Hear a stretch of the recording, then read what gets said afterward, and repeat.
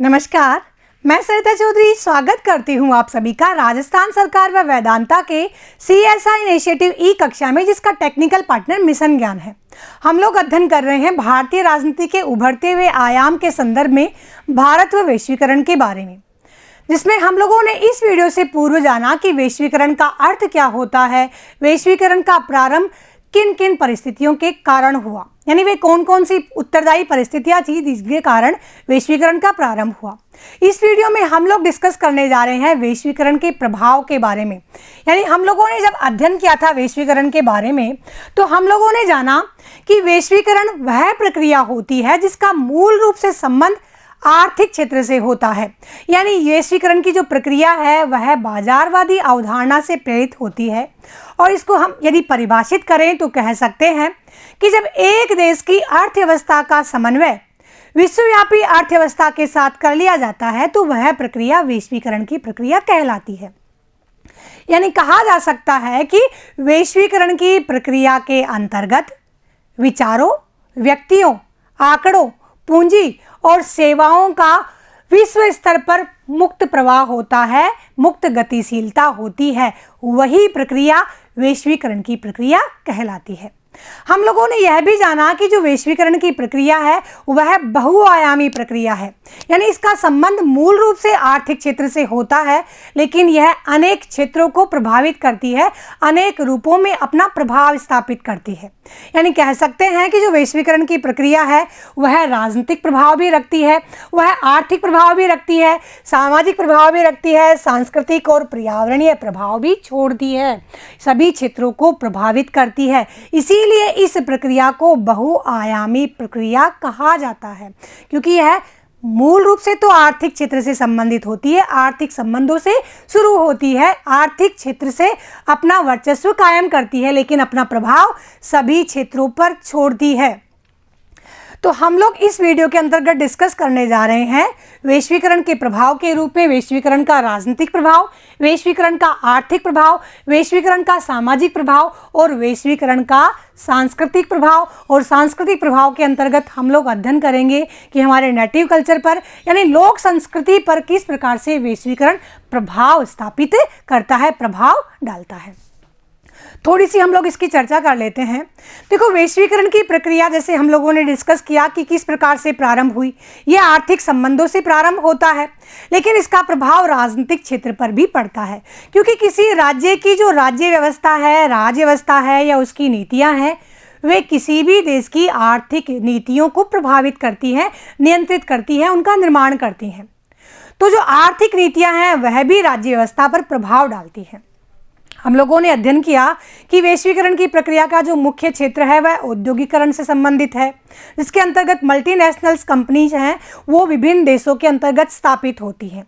तो ये विभिन्न देशों में जब स्थापित होती है तो वहाँ की राज्य व्यवस्था को भी प्रभावित करती है, गाये बगाये प्रत्यक्ष अप्रत्यक्ष रूप से राज्य व्यवस्था पर प्रभाव डालती है, राज्य की संप्रभुता को प्रभावित करने का प्रयास करती है, राज्य व्यवस्था की नीतियों को प्रभावित करने का प्रयास करती है। और यदि विश्व स्तर पर देखा जाए तो मुख्य रूप से एशिया और अफ्रीका के जो नवोदित राष्ट्र हैं या जो विकासशील राष्ट्र हैं उन्हें प्रभावित करने का प्रयास किया जाता है वैश्वीकरण के माध्यम से, विकसित राष्ट्रों के द्वारा। कि जो विकसित राष्ट्रों के द्वारा वैश्वीकरण की प्रक्रिया के माध्यम से विकासशील जो राष्ट्र हैं उनकी आंतरिक गतिविधियों के अंतर्गत हस्तक्षेप किया जाता है। तो इसके राजनीतिक प्रभाव के रूप में हम लोग इस बात को देख सकते हैं। यानी जो राष्ट्रीय राज्य की अवधारणा है वह परिवर्तित होती जा रही है, जिसे हम लोग इस रूप में तो नहीं कह सकते कि उन राज्यों की संप्रभुता को चुनौती मिलती है, लेकिन अब केवल राजनीतिक पक्ष के साथ साथ आर्थिक और सामाजिक पक्ष हैं उनका अध्ययन भी किया जाने लगा है। यानी राजनीतिक पक्ष को जानने के लिए हम सामाजिक आर्थिक पक्षों का अध्ययन भी करेंगे, उस रूप में भी जानेंगे ये किसका प्रभाव है, वैश्वीकरण का प्रभाव है। और जो नवोदित राष्ट्र हैं एशिया और अफ्रीका के, उन सब में जो गतिविधियां हो रही हैं उनका प्रभाव भी वैश्वीकरण का प्रभाव है। अब आर्थिक क्षेत्र के अंतर्गत देखें तो विभिन्न प्रकार की जो मल्टीनेशनल कंपनी है उनकी स्थापना हो गई है। अब वे अपना निर्माण करती है और वे इन राष्ट्रों से अपना कच्चा माल लेती हैं, रॉ मटेरियल लेती हैं, यहाँ के श्रमिकों का प्रयोग करती हैं, सस्ते श्रमिकों का प्रयोग करती है और उत्पादन तैयार करके फिर यहाँ उसे महंगे स्तर पर बेचती है। तो इसे कुछ आलोचकों ने नाम दिया है नव उपनिवेशवाद का, कि नव उपनिवेशवाद की प्रक्रिया वैश्वीकरण के कारण प्रारंभ हो गई है। इसी प्रकार से आर्थिक गतिविधियां कुछ नियंत्रित हो गई हैं, किन के द्वारा? आर्थिक जो संस्थाएं हैं विश्वव्यापी उनके द्वारा और जो विकसित देश हैं उनके द्वारा। तो आर्थिक गतिविधियों के माध्यम से वे हमारी राजनीतिक गतिविधियों पर भी प्रभाव डाल रहे हैं। इसी प्रकार से वैश्वीकरण का एक अन्य जो आर्थिक गतिविधियों पर प्रभाव पड़ा तो वह इस रूप में था कि अनेक प्रकार के संगठनों का जन्म होता है। जैसे कि हम लोग देखें कि उत्तर दक्षिण संवाद या दक्षिण दक्षिण संवाद या सार्क संगठन, ऐसे संगठनों का निर्माण होता है, वह वैश्वीकरण के कारण ही संभव हो पाता है। उसके लाभ भी हैं और उसकी हानियां भी हैं। उसका लाभ मूल रूप से यह है कि जो वैश्विक स्तर की समस्याएं हैं, हमारी आर्थिक समस्याएं हैं, आयात निर्यात की समस्याएं हैं, या हमारी कुछ ऐसी समस्याएं हैं जिनका निराकरण वैश्विक स्तर पर ही किया जा सकता है, जैसे जलवायु परिवर्तन की समस्या है।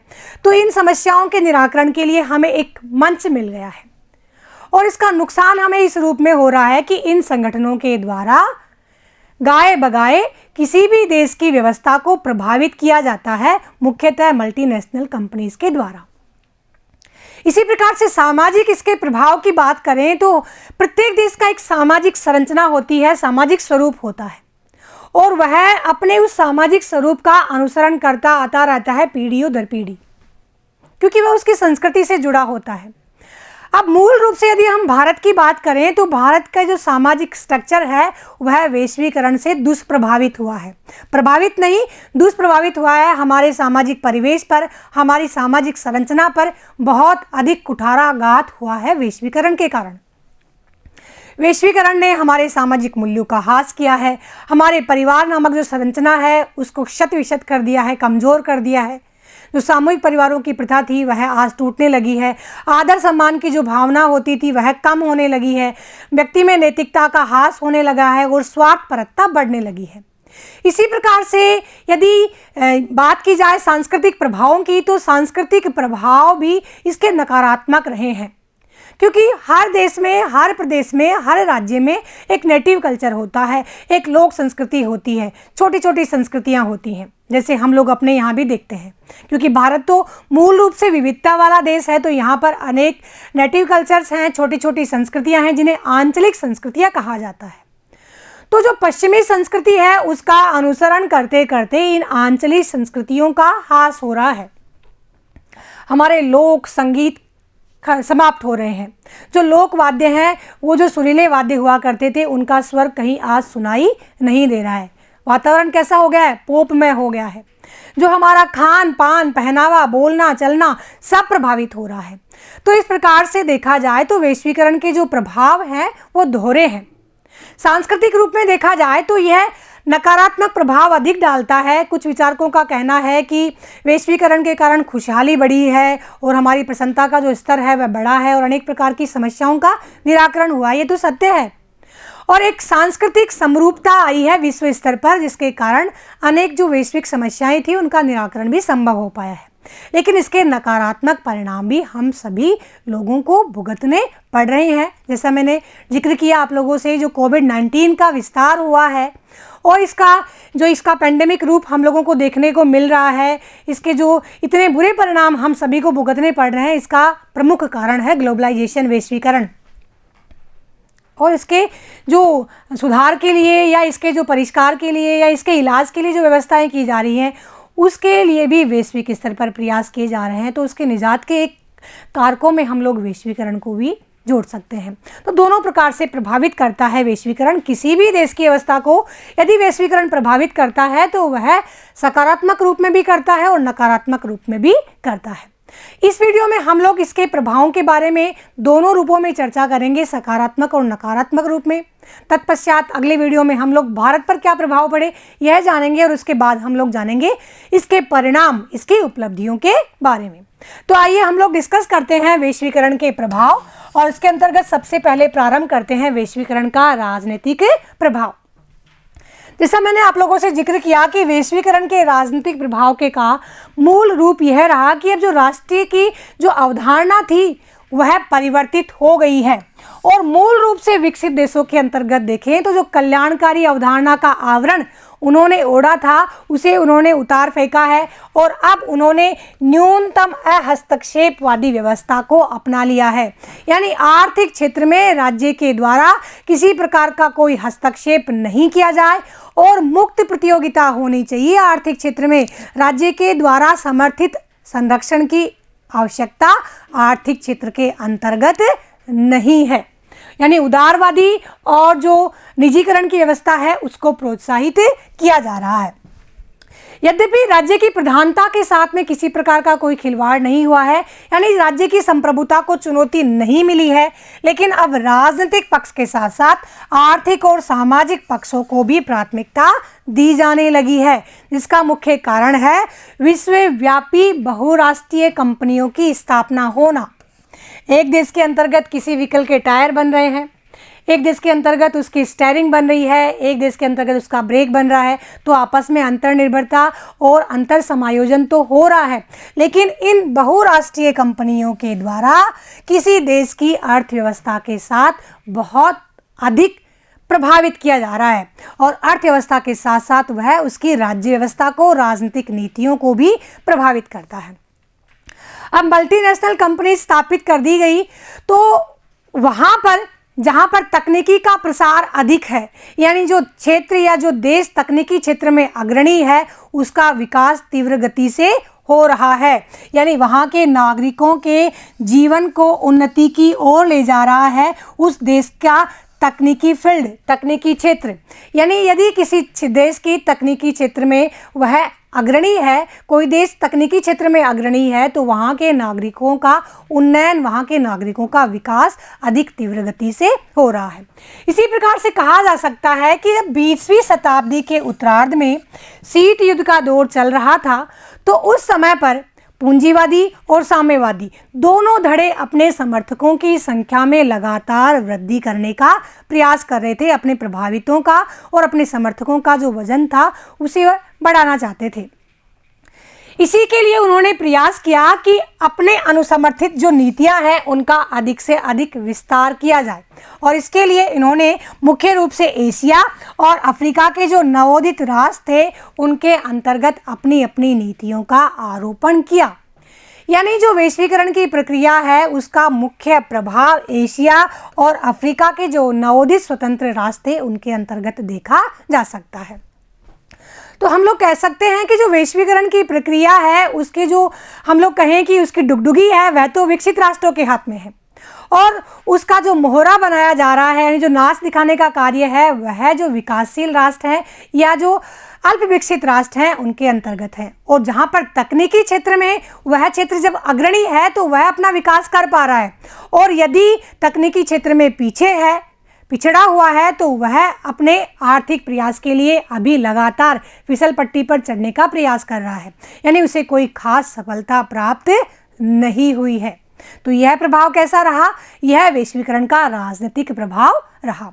अब हम लोग डिस्कस करते हैं वैश्वीकरण के आर्थिक प्रभाव के बारे में।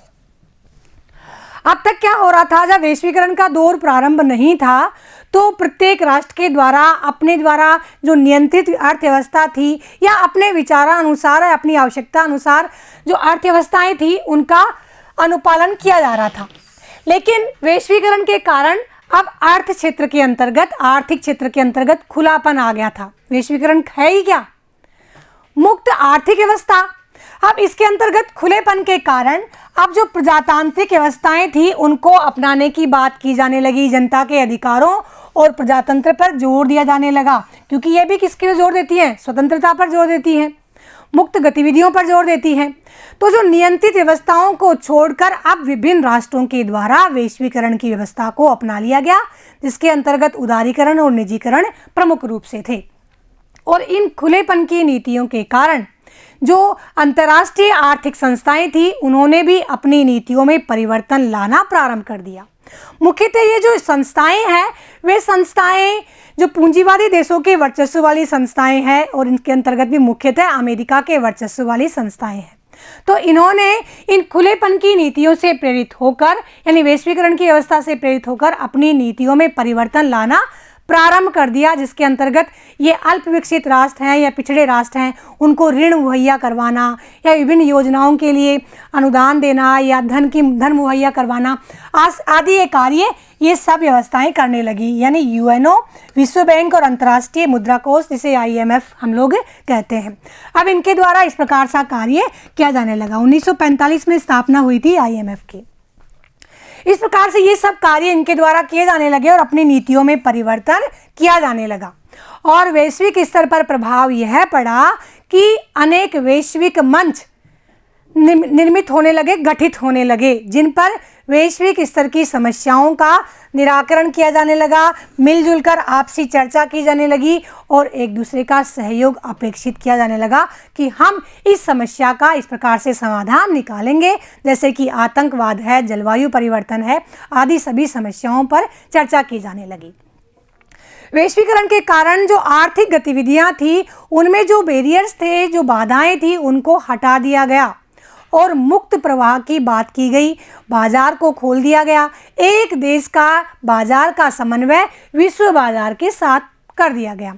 यानी जो भी आर्थिक प्रतिबंध थे उन्हें अब तोड़ दिया गया। उन्हें तोड़ने के कारण जो वीज़ा नियम थे या जो आर्थिक नियम थे उनमें काफ़ी संशोधन हुआ, काफ़ी परिवर्तन हुआ। भारत में भी ऐसा हुआ। तो आर्थिक नीतियों में बड़े स्तर पर परिवर्तन होने के कारण एक देश के बाजार को कच्चे माल के लिए भी और निर्मित माल के लिए जब उपलब्ध बाजार के खरीदारी बाजार के रूप में भी उपलब्ध करवा दिया गया। इस प्रकार से प्रत्येक देश ने अपना बाजार विदेशी वस्तुओं की बिक्री के लिए खोल दिया गया और इसी के कारण विभिन्न देशों के मध्य आर्थिक प्रवाह तेज गति से होने लगा, जिसका प्रभाव भारत पर भी पड़ा। या हम लोग कह सकते हैं कि जो तीव्र विकासशील व्यवस्थाएं हैं जैसे कि चीन, भारत और ब्राज़ील, उनका विकास होने लगा विकसित राष्ट्रों के साथ साथ। इस प्रकार से वैश्वीकरण के कारण जो आर्थिक प्रतिबंध थे वे शिथिल हुए और आर्थिक नीतियों में अत्यधिक परिवर्तन हुआ, जिसके कारण आर्थिक प्रवाह तीव्र गति से होने लगा, आयात निर्यात तीव्र गति से बढ़ने लगा, एक देश से दूसरे देश के द्वारा सामान मंगाया जाने लगा, कच्चा सामान मंगाया जाने लगा और जो निर्मित सामान था उसके लिए बाजार उपलब्ध करवाए जाने लगे। इस प्रकार से कहा जा सकता है कि इंटरनेट और कंप्यूटर तथा ई बैंकिंग और ऑनलाइन शॉपिंग से जो व्यापारिक लेन देन था वह और भी शीघ्र तथा सरल होने लगा। इस प्रकार से कहा जा सकता है कि वैश्वीकरण ने विश्व के विभिन्न राष्ट्रों को आर्थिक रूप से आपस में जोड़ा और एक दूसरे को मजबूत करने का प्रयास प्रारंभ होने लगा। लेकिन इसके कुछ नकारात्मक परिणाम भी हम लोगों को देखने को मिलते हैं, यानी नकारात्मक प्रभाव भी हमें देखने को मिलते हैं। कहा जा सकता है कि जो वैश्वीकरण की प्रक्रिया है उसका मुख्य लाभ उन्हीं देशों को मिला जो इसके सिरे पर खड़े थे, यानी विकसित राष्ट्र थे, उन्हें ही मिला और विकसित राष्ट्रों ने वैश्वीकरण के नाम से अपने स्वार्थों की पूर्ति की और बहुराष्ट्रीय कंपनियों की स्थापना करके विभिन्न राष्ट्रों का एक नवीन रूप में नव उपनिवेशवाद के रूप में शोषण करना प्रारंभ कर दिया और जो राष्ट्र आर्थिक दृष्टि से पिछड़े हुए थे उससे इस प्रक्रिया के द्वारा उनका कोई भला नहीं हुआ, वे और भी अधिक पिछड़ गए। यानी जो विकसित थे उन्हीं का विकास हुआ और जो पिछड़े हुए थे वे और भी अधिक पिछड़ गए और वैश्वीकरण को एक नव उपनिवेशवाद के रूप में स्थापित हो गया। बच्चों उतार लीजिएगा, आप लोगों के लिए इम्पोर्टेंट है कि वैश्वीकरण को किस नाम से जाना जाता है। तो वैश्वीकरण की आर्थिक आधार पर नव उपनिवेशवाद के नाम से आलोचना की जाती है। यानी इन विचारकों का मानना है कि वैश्वीकरण की आड़ में एक नव उपनिवेशवादी व्यवस्था स्थापित हो गई। इसके विपरीत कुछ विचारकों का मानना है कि वैश्वीकरण ने आर्थिक क्षेत्र में खुशहाली और निर्भरता को प्रस्फुटित किया है, यानी उसका विकास किया है। अब हम लोग डिस्कस करते हैं वैश्वीकरण के सामाजिक प्रभाव।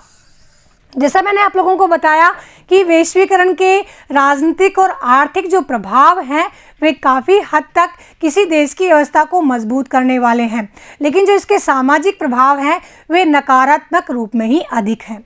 भारत के संदर्भ में देखें तो वैश्वीकरण ने भारतीय सामाजिक संरचना को नकारात्मक रूप में प्रभावित किया है। पश्चिमी सभ्यता की देखा देखी में भारतीय युवा है जो अपने रीति रिवाज और सामाजिक परंपरा से, सामाजिक संरचना से विमुख हो गए हैं, दूर हो गए हैं। परिणाम स्वरूप भारतीय समाज में जो मान सम्मान, रीति रिवाज, नैतिकता आदि के जो गुण थे वे कहीं पर भी दिखाई नहीं देते हैं और वे क्या हो गए हैं, विलुप्त हो गए हैं। फैशन तथा अंधानुकरण की होड़ में भारतीय युवा मूल्य विहीन हो गए हैं और वातावरण स्वार्थपरता से युक्त हो गया है। इस प्रकार से कहा जा सकता है कि जो वैश्वीकरण का प्रभाव हमारी सामाजिक संरचना पर पड़ा है वह हमारी सामाजिक स्वरूप के लिए, हमारे राजनीतिक स्वरूप के लिए घातक हो सकता है, क्योंकि भारत जैसी संघीय व्यवस्था के लिए वहाँ का समाज एक बहुत सुदृढ़ या मजबूत आधार प्रदान करता है। तो यदि हमारी सामाजिक संरचना कमज़ोर होती है तो हमारी राजनीतिक व्यवस्था भी कमज़ोर होती है। और भारत की एक विशिष्ट पहचान है उसकी सामाजिक संरचना के कारण। इसलिए भारत की जो सामाजिक संरचना है वह वैश्वीकरण के कारण काफ़ी नकारात्मक रूप में प्रभावित हुई है, जिसे हम लोग कह सकते हैं कि भारत की सामाजिक संरचना वैश्वीकरण के प्रभाव से कमज़ोर हुई है। भारत के सामाजिक मूल्य हैं उनका पतन हुआ है वैश्वीकरण के कारण। नेक्स्ट हम लोग डिस्कस करते हैं वैश्वीकरण का सांस्कृतिक प्रभाव। वैश्वीकरण के सांस्कृतिक प्रभाव के रूप में देखें तो किसी भी संस्कृति पर जब वैश्वीकरण के द्वारा प्रभाव डाला जाता है तो वो उसके सांस्कृतिक प्रभावों के अंतर्गत आता है। जैसे अभी हम लोगों ने डिस्कस किया कि हमारी सामाजिक व्यवस्था काफ़ी कमज़ोर हुई है वैश्वीकरण के कारण, तो हमारी संस्कृति में जो मूल्य थे वे आज विलुप्त हो गए हैं। किसके कारण? वैश्वीकरण के कारण। विचारक कह रहे हैं कि विश्व स्तर पर एक सांस्कृतिक समरूपता स्थापित हो गई है वैश्वीकरण के कारण, लेकिन इस सांस्कृतिक समरूपता के आवरण के अंतर्गत जो स्थानीय या आंचलिक संस्कृतियां थी वे खो गई हैं, वे विलुप्त हो गई हैं। उनका जो देशज प्रभाव था वह धूमिल हो गया है। इस प्रकार से जो छोटी संस्कृतियां थी, देशज संस्कृतियां थी, आंचलिक संस्कृतियां थी, उन पर प्रतिकूल प्रभाव पड़ा है। किसका? वैश्वीकरण का।